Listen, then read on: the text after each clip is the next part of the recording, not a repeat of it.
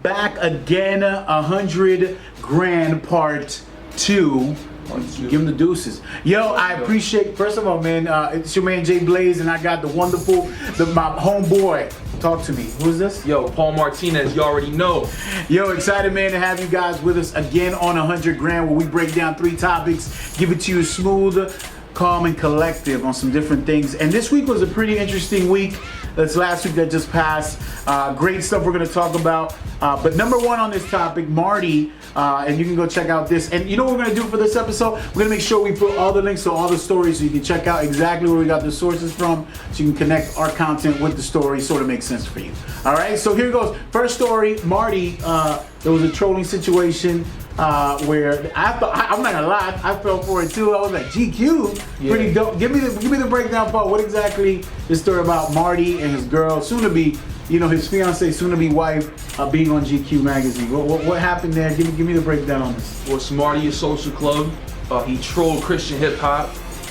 He trolled me at jamthehype.com. Okay. So what happened is there was like 2 really dope pictures of him and his fiance. Okay. And basically, it's a nice picture. Yeah, they're great pictures. So shout out to whoever took them. Yeah, they're pretty dope. Matter of fact, you could see the source of who took them on jamthehype.com. Okay. I actually put it there. Okay. I forgot the person's name though, but it's on the story. So they took a picture of Marty and his fiance, like 2 of them. And one of them, they put a GQ logo on it. And so I'm guessing that Marty and a bunch of his friends, who are our friends too, like Ray King, Chino Life, Rainless Soul, shout out to everyone from South Florida.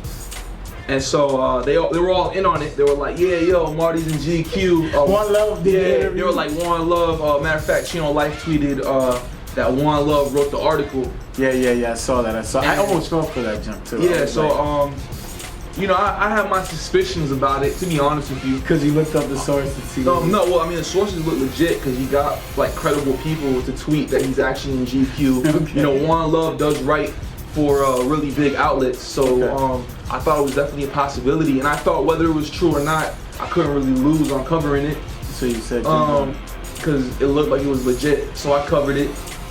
And so then the next day, Marty's like on Twitter. He's like, yo, I trolled you guys. I'm not going to be on GQ. I just wanted to see if blogs would pick it up. And he said that the reason why he did that was because he was just getting back some of his friends at Jam the Hype and Rapzilla for doing April Fool's prank on them. So the April Fool's prank that I had done on jamthehype.com was last year on April 1st. I posted a story where I said that Andy Mineo had started a label called No Labels Entertainment. Yeah, I remember that. Yeah, you remember that one? Yeah. And you know, we made up the entertainment label, like that's not the name of his record company. And we said that Andy had signed Social Club. And actually, man, a lot of people saw that, they were commenting on it. They thought that Andy Mineo had signed Social Club, but it was an April Fool's joke. And Rapzilla had put an article too about saying that Social Club is gonna drop a country album. So that was actually this year. And so Marty trolled us because of the April Fool's joke. That's what he said. So Marty, picture looks fly. I thought it was, I mean, you see his girl. I mean, I know Marty's about to get married next year at some point, if I'm not mistaken. Shout out to Marty, which is gonna be cool. I'm excited about it. I thought, I'm not gonna lie, I'm excited about the marriage.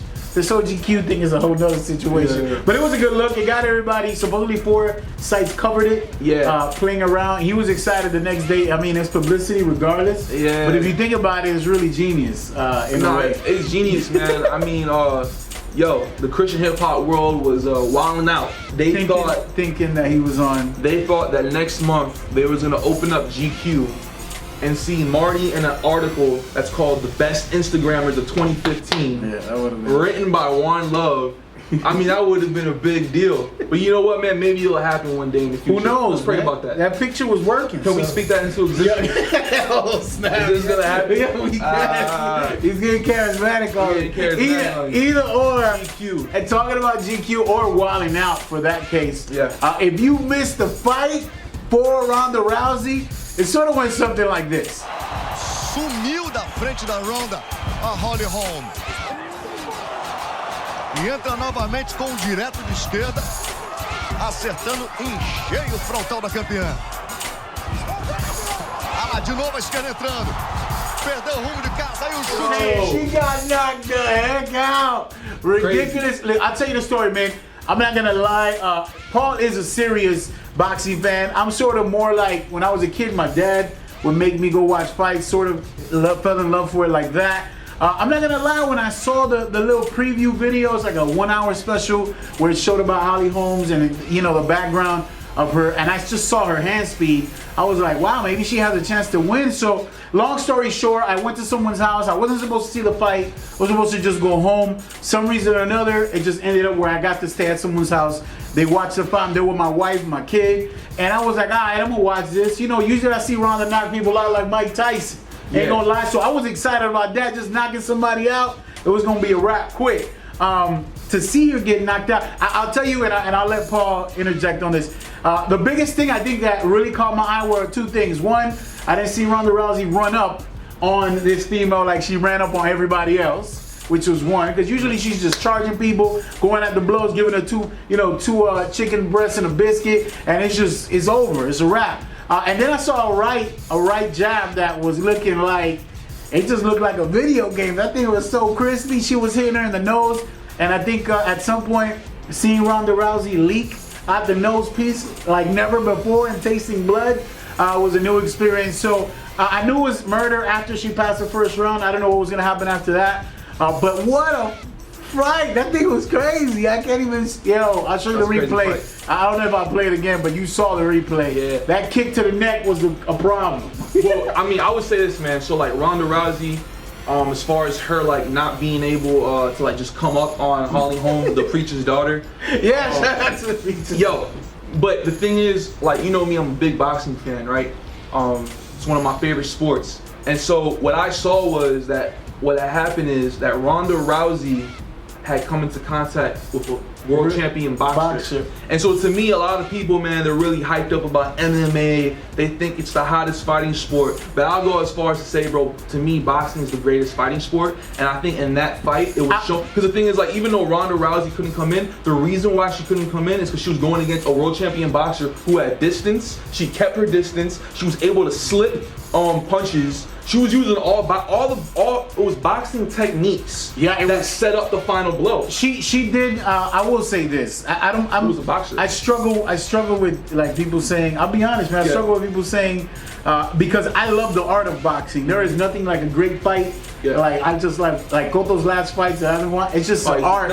Yeah, the way his jab, how he's moving, it's just the flow is different. But I will say this: Ronda just couldn't figure out how to get to the body. She tried. But I will say this, I think if you get a world-class boxer and a world-class wrestler or a grappler or whatever, MMA fighter, the difference is going to be if the boxer can stay away from the person grabbing them, and then if the boxer is able to stay away like Holly did, it's a wrap. Ain't just no way. Footwork, I mean, it's just too much. And then I'll say Holly had a balance. Like I've never seen. Because usually you see a dude who's amazing, but as soon as they hit the floor, it's a wrap. She just stayed away. There was a point they tried, but I'm not gonna lie. It was just, and this is the crazier part. A lot of people are not thinking about this part. Is that regardless if they do a rematch, I just couldn't see at all Ronda with no kind of. She would have to change her whole style. Like it would just be. I don't know if it's possible because the way that Holly dominated was so superior. You saw no, like there was like Jordan just killing people in the playoffs. Right. Like Michael Jordan. Like Michael Jordan. And Bulls MJ, not Wizards MJ. And it's like he guaranteed I'm winning these rounds. Like I'm taking the next 2 games. Y'all going home, we're gonna keep playing the playoffs. Definitely. Holly just murked it and you just need no space for, I don't care how much better, I just don't see it. I'm struggling with that. Yeah, well, I mean, my whole thing about it is that I just think she met a boxer, and I think, like I saw Ronda was trying to get into her boxing stance a few times, and it was looking mad sloppy. Like it was a bad matchup for Ronda for sure. I'm not gonna lie, man. So I mean, if you missed it, you can replay it. I played it on here. Just go back on the video. I'll show you the end part where she got clapped in the neck. It was a wrap. Last one, and I think on a more serious note, there was these really intriguing tweets. And I think Paul can give me the break. I'll give you my take on it. Paul, so we're talking about Planned Parenthood. Put some tweets out, I think promoting Hillary Clinton's party. and then some Christian hip hop dudes really took it real personal in a way where, I mean, some of the stuff they were writing, it was between Thi'sl, Derek Minor, and Alex Faith. They reacted to this stuff, and I think I'll let you give the breakdown. Then I mean, it got pretty serious. At some point. Some crazy stuff, bro. So Planned Parenthood, for those who are not familiar with what that is, it's an organization that's responsible for like hundreds of thousands of abortions. They have abortion clinics, and like Derek Minor said on Twitter, they strategically put abortion clinics in minority areas. They put the hashtag, which is really what got people. Well, what got people upset was, so to put it all in context, Planned Parenthood is this organization that does abortions, like I said, and then they put out this tweet that says, I'm gonna read it verbatim. It says, "Every child deserves the opportunity to live up to their God-given potential," which is a quote by Hillary Clinton. And then they put hashtag Black Lives Matter. So like, that's mad hypocritical when you consider what they do. You know, they're responsible for the death of millions of black lives, and now you're gonna say Black Lives Matter. So Thi'sl went in on them. I'm gonna give you one tweet he wrote. This one really impacted me. Seeing this, it says, he at them both, Planned Parenthood, and Hillary Clinton. He said, "Can't believe you had the nerve to tweet Black Lives Matter." Hashtag, and you killed more black babies than the police ever could. The last one, and this one was really murder for me. He again tagged them both and said, 78% of your locations are minority neighborhoods. You target us for dollars. You don't care about our kids. And you can tell that Thi'sl was saying this stuff with some real conviction, because out of all these guys we're speaking about, he kept going. Like, if you can go, and the actual article piece will be on the bottom, so you can look at it and literally see how he continue going on this stuff and tagging them. I think it won't get as much publicity as it should, but these are stated facts. He was giving some real serious stuff. I mean, I think it's amazing, and it really stands up for just the core of what he believes, and just honestly the gospel. So I mean, there's just no more way about it. More than just a rapper, really loving what Thi'sl's doing, because he really stands for it. It's not just the music. He really puts in work, man. Loving it, man. We got more coming up. All the articles are on the bottom, tag link, so you can go hyperlink it, check it out, get the details. All, you know what I mean? Go get the GQ picture of Marty and his girl. All the tweets and Ronda Rousey's knockout. I'll go ahead and put that on this video so you get to check that out. And two things. I would say, one, like Ronda Rousey did lose, but let's also like have a lot of respect for her. Like, she is a champion, former champion. She did go 12-0. She just, met a really tough matchup, and like hopefully the rematch will be better. So we have a lot of love and respect for Ronda. Regardless, ain't no bashing session. Everyone takes a loss sometimes. Yeah. But at the same time, shout out to Holly Holm for what she did. That was incredible as well. And then also, let's stay in prayer for people, and just people in general who are considering abortions. Got it. And for the organizations that are fighting for life. Let's keep those things in prayer.